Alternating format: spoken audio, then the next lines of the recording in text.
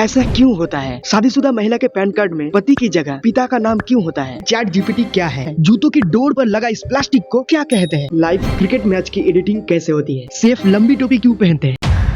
ऐसा क्यों होता है? शादीशुदा महिला के पैन कार्ड में पति की जगह पिता का नाम क्यों होता है? हमारे भारत में एक लड़की की शादी होने के बाद उसकी पहचान बदल जाती है। तमाम सरकारी दस्तावेजों में और पहचान पत्र में पिता के स्थान पर पति का नाम दर्ज किया जाता है। लेकिन पैन कार्ड एक ऐसा दस्तावेज है जिसमें शादी के बाद भी लड़की के पिता का नाम प्रदर्शित होता है। आखिर क्यों? Income tax department pan card में पति को मान्यता क्यों नहीं देता? तो इसका आंसर है, ऐसा नहीं है कि इनकम टैक्स डिपार्टमेंट पति या परिवार को मान्यता नहीं देता है, बल्कि विभिन्न प्रकार के दस्तावेजों में पूरी परिवार की जानकारी होती है। मान लीजिए एक औरत की पति की मौत हो जाती है और उसके बाद फिर से वो औरत दूसरी शादी कर लेती है, तो इसी के चलते उसके पति का नाम बदल जाएगा, जिसके चलते पैन कार्ड को फिर से अपडेट करवाना पड़ सकता है। और आपको तो पता ही है, पैन कार्ड का मतलब परमानेंट अकाउंट नंबर होता है। इसीलिए खासकर पैन कार्ड में पिता के नाम को ही स्वीकृति दी जाती है। अगर पिता की मौत भी हो जाती है तो भी उनका रिश्ता तो वही रहेगा। बस इसी वजह से पैन कार्ड में पति के नाम की जगह पिता का नाम को ज्यादा महत्व दिया जाता है।